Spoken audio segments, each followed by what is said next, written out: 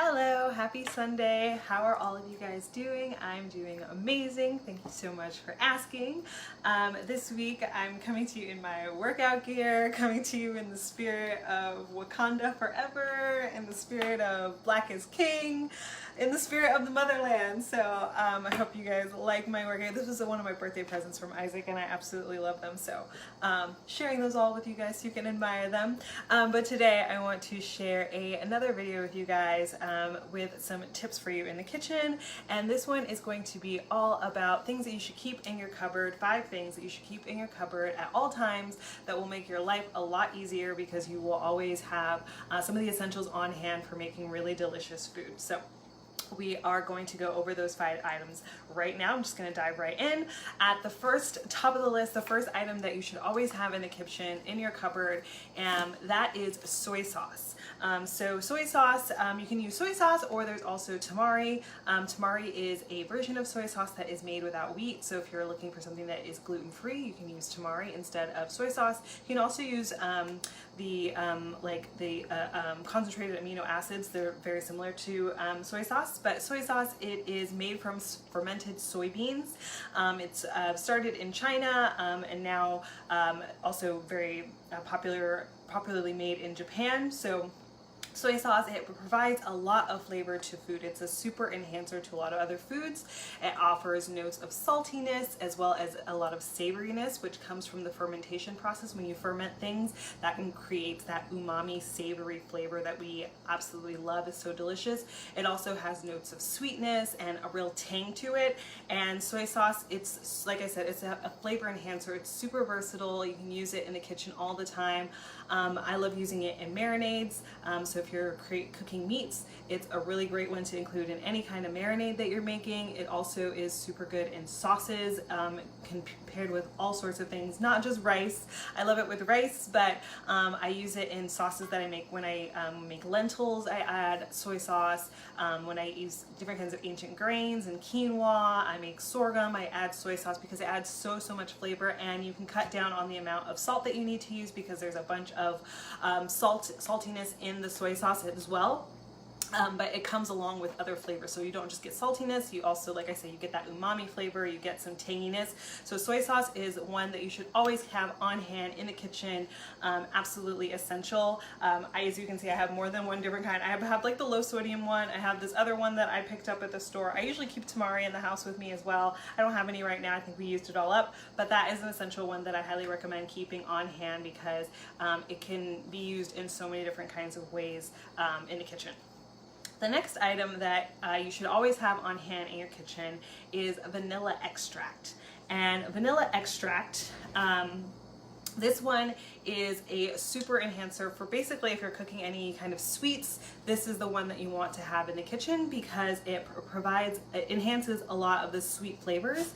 And one of the things that vanilla extract does is it creates a persistence of flavor. So not just a flavor of vanilla, but it helps the other flavors that are in the dish to persist longer on the palate. So if you're creating a raspberry dish, for instance, the raspberryness of that will persist longer on your palate through the vanilla extract. So that's one of the reasons why it gets added to a lot of things. It not only adds the flavor of vanilla, which has a really beautiful aromaticness.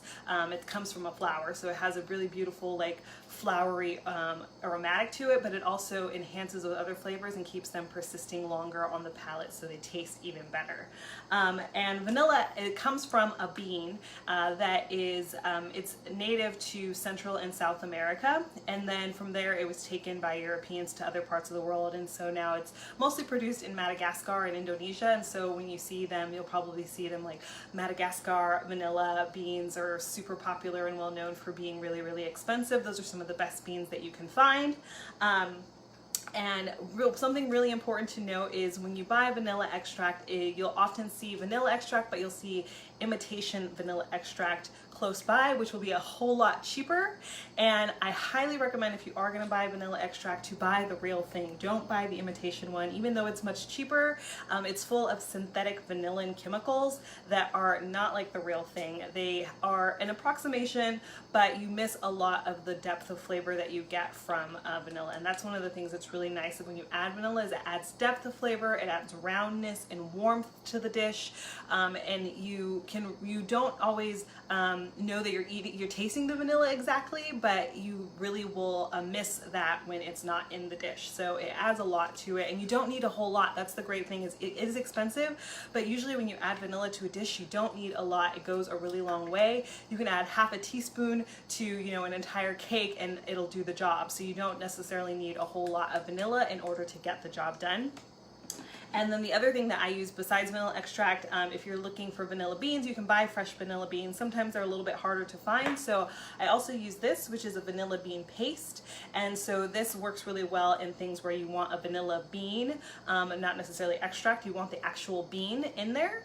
So when I make like a creme brulee, I use the vanilla bean paste instead of vanilla extract, because this is a more close approximation of what a vanilla bean is. So you can use either one. Definitely have the vanilla extract though. This one I think is the most versatile, and you'll use it a lot.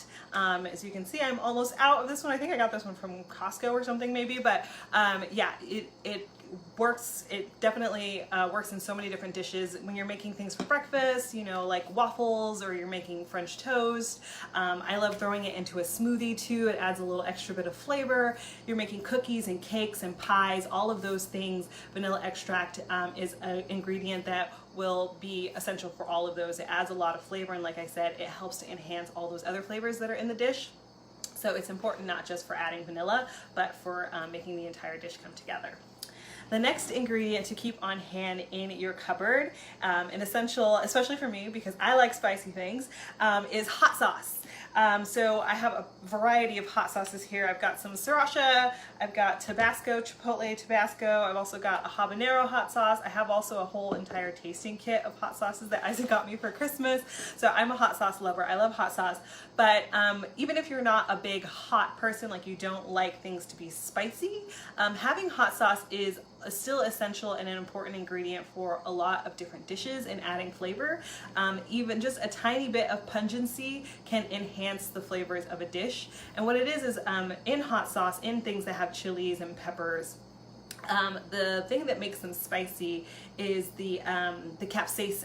And capsaicin will basically it activates the pain receptors in your mouth, and through that little bit of pain that it creates in your mouth, that can actually make your mouth more sensitive to other flavors. So if you add just a tiny bit of hot sauce, a tiny bit of capsaicin to a dish, it can enhance the other flavors and make your mouth more sensitive to recognizing all the other flavors that are in the dish. So that's one of the reasons why adding hot sauce, adding a little bit of heat to something, and adding that pungency has a lot of value beyond it just making, you know, something really hot and spicy and burning your mouth. We don't always want that experience. Sometimes, you know, when you're eating hot wings, it is delicious to have like that burning sensation, but sometimes you just want that little bit of heat to help activate the rest of the ingredients in the mouth. So for instance, I was making a remoulade sauce last night because Isaac made crab cakes. So I was making the remoulade, and by mixing the hot sauce with the mayonnaise and the lemon juice and garlic and all these other flavors, when the final product of the remoulade, you don't get heat, you don't get hotness from it. But what the hot sauce was able to do is adding flavor. It helps to open up those taste receptors in the mouth, because it sets off that little tiny bit of pain in the mouth. Sometimes it's even imperceptible for you when you're actually eating it, but it does that, and it can enhance the flavor and make something taste a lot more tasty. And so with that, there are lots of different kinds of hot sauces. I already pointed out they can add different kinds of flavors. With the sriracha, you'll notice a little bit more sweetness, which is one of the reasons I love sriracha. I just will put it on absolutely everything. It's super tasty on eggs. I eat it on my eggs pretty much every single morning. So that adds a little bit of sweetness. This one, the Tabasco usually will have a little bit more of a vinegary taste to it. This particular one is a chipotle, and so this has more of a smoky flavor to it. So hot sauce can provide more smokiness. It could also be vinegary, so if you're getting one that's like a southern style hot sauce, American South, then it'll have usually a more vinegary taste to it. So they can have lots of different flavors beyond just the heat that you get from it, the pungency. It also can have sweet and savory or smoky flavors, vinegary flavors, and that has like a tartness to it. So there's also other flavors that are layered on top of it. So it's not just providing pungency, it's providing flavor as well. So that is why I think hot hot sauce is a good one to have on hand. And you can have a variety if you like hot sauces, all sorts. You can have, I also have some Frank's Red Hot in the refrigerator, so all sorts of different kinds of hot sauces. There's really, you can't go wrong. I love a jerk seasoning too, that's really good. It adds a little bit of heat. So whatever kind of hot sauce that you personally like is a good one to keep on hand. It doesn't have to be one in particular in terms of the kind of hot sauce that you keep. Just find one that you like and work with that one. The next thing to keep on hand in the kitchen is, what do I have in front of me? Oh, okay. The next one is oils. So oils are basically fats in a liquid form. And if you at all spend any time in the kitchen, then you know that oil is one that is a go-to. It's one that you probably use pretty much almost every time that you step in front of the stove or put something in the oven. You need oil because oil provides not only richness to the food, but also lubrication. It makes it much easier when you're cooking to add oil so that things don't stick to pans, and that it makes the cooking process a lot easier. So there are all sorts of different kinds of oils. As you may know, let's see, what do I have here? I have sesame oil, which this provides like a nice nuttiness, a nutty flavor to it. I have olive oil, which is a standby that I go to all the time. A lot of us, I think probably if you cook semi-often, you probably have used olive oil. I also have a sunflower oil here. So there's lots of different sources for oils. Olives are a source for oil. Nuts and seeds are a source for oil. So there are fruits and vegetable oils like an avocado oil or regular vegetable oil. And then, you know, things like sunflower oil, safflower oils. There's also grain oils, which is like the safflower, the canola oil, all those different kinds of things. They all can provide oils, and so it's basically just using the fats from that ingredient, and then it is processed so that you're just getting the fat portion of that ingredient, and you can use that as a lubricant to cook with or add richness to the food that you're cooking. So you also want to think about, in terms of the oils that you have in your kitchen, are having oils that can do different jobs, because not all the oils work the same way. So one of the things is, when you cook with oil, oil has a smoke point, and the smoke point is the threshold at which the oil will start to smoke, and that means that the heat is starting to break down the oil. So you want oil that will be able to work at the heat that you need to cook at. So if you're going to cook something at a very low heat, then you can use an oil that has a low smoke point. For instance, olive oil has a relatively low smoke point, so you don't want to use that with something you're cooking at a high heat. For instance, deep frying something. You would use this if you're cooking something on medium or medium low or low. You can use olive oil because it has a lower smoke point. If you want to cook something at high heat, then you need an oil that has a high smoke point. For instance, this one that I have here is sunflower oil. You can actually even see on the label, let's see if I can put it on the camera, it says at the bottom, high heat. So that means this one can take high heat. It has a high smoke point. So other oils that have high smoke points would be like a peanut oil, avocado oil, canola oil, vegetable oil. Those kinds of oils have a high smoke point, and that means that you can use them at a high heat, so you could deep fat fry something in them, and you don't have to worry about the oil itself breaking down. And then I think it releases like free radicals and all sorts of other stuff. It also smells really terrible when you use an oil that is not supposed to be that high, and it starts to burn the food really quickly. So that's one of the reasons why you want to make sure you use an oil that is for the job. So if you're cooking something at high heat, use an oil that can take that. It has a high smoke point. If you're cooking something at a low heat, then you can use a high heat oil as well, but you can also turn to something that doesn't require or something that will have a low smoke point. For instance, olive oil is something that you could use in that situation. I also, something around with oils is that you can use oils that have flavors as well. So oil can go into the dish when you're preparing it, but it can also be a finishing dressing. So you can add it on top of something like a fish, or if you're making a salad dressing, you can use an oil that has flavor to it. So this one that I have here, this is like a lemon flavored olive oil. I got this from Sorrento in the Amalfi Coast in Italy, and it has lemon flavor to it. So it's a really delicious one to add to something like a salad dressing where you're actually going to taste the oil, versus when you use the oil at the beginning of the cooking process and it kind of cooks into the dish, you don't taste it as much. You can use an oil that doesn't have flavor, but if you want to use, if you're making a salad dressing or you're adding oil to the finished product, you can use an oil that has a little bit more flavor.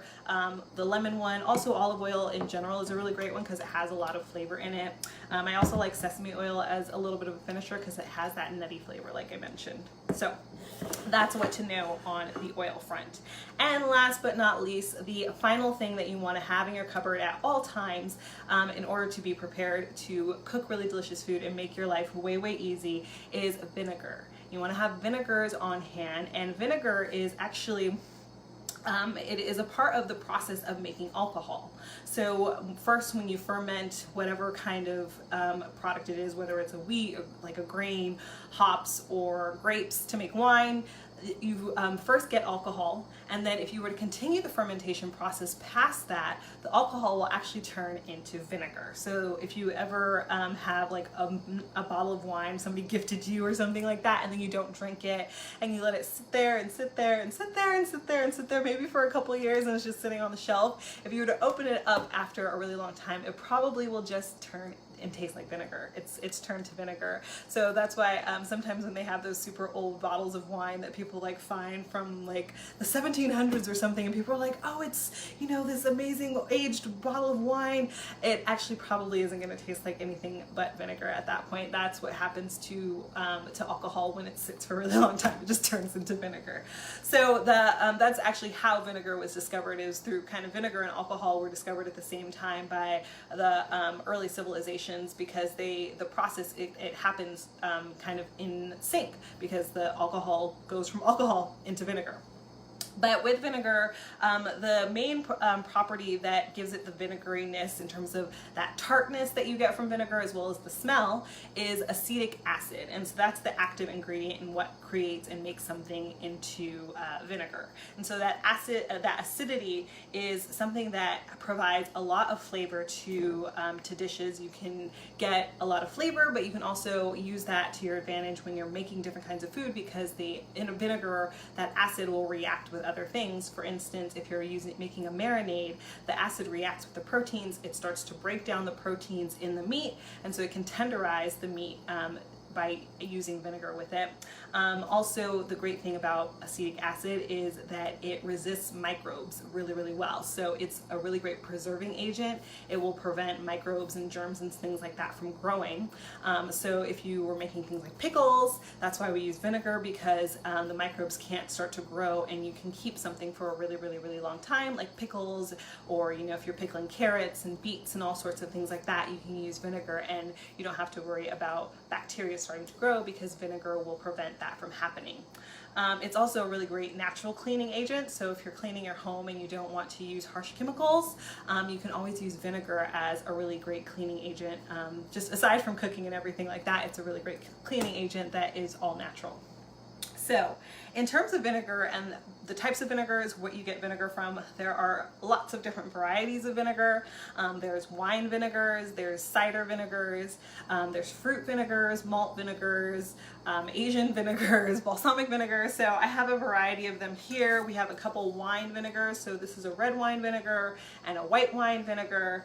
I also have an Asian vinegar, which is rice vinegar here. This one I really, really love. Has a really, really great mellow flavor in terms of the vinegariness, but it has a really rich flavor and a little bit of sweetness that I really enjoy. Have apple cider vinegar. Apple cider vinegar is made from yeast fermented apple juice, and so that's where you get the apple in the apple cider vinegar. It's made from apple juice. And then the last one is a balsamic vinegar. And balsamic vinegar, this one it's native to Italy. It was made in the region, a small region in northern Italy. And so to have really true balsamic vinegar, it has to come from that region. So it's just like, you know, champagne has to be made in the Champagne region of France, and tequila has to be made in the tequila region of Mexico. Balsamic vinegar and Parmesan cheese is another one of those foods that has this distinction of being specifically from this region and has to be made by a process that is very particular and overseen by lots of different organizations who make sure that the process is done the way that it was, you know, for centuries and centuries, to make sure that it really can have the distinction of being called true balsamic vinegar. So all of these different vinegars, the thing they have in common, again, is that acetic acid, and the acetic acid provides tanginess. It provides also a sourness, and so the sour flavor is a really great complement to sweetness. So I think it's really good to add vinegar when you have ingredients that have a lot of sweetness in them. If you're also, like I said, it works well as a marinade. So vinegar has a variety of different uses in the kitchen. It works really well in sauces as well. One of my favorite sauces is a combination of the soy sauce and apple cider vinegar. These two come together really well. You can add a little bit of sweetness to it. So I usually will add like brown sugar, soy sauce, the apple cider vinegar, and I'll do that with garlic and shallots and a little bit of, like I said, brown sugar. And that comes together and it has all of the different notes that you want on your taste buds. So you probably remember learning it in school and like elementary school, all the different areas of your tongue and the taste buds. So you have the sweetness and the bitterness, and you have the salty and the savory, and I'm forgetting one. If anybody remember, what's the other one, you guys? I'm forgetting one. So there's salty, sweet, savory, bitter. Oh, sour. Sour is the other one.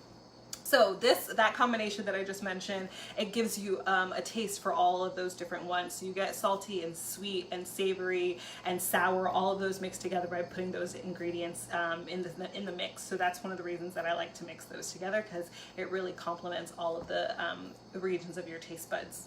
So that is the 5 different dishes that I think you should, the 5 ingredients that you should have on hand in your cupboard at all times. So just to go over them again really quickly, just in case you just joined me and you didn't catch the beginning.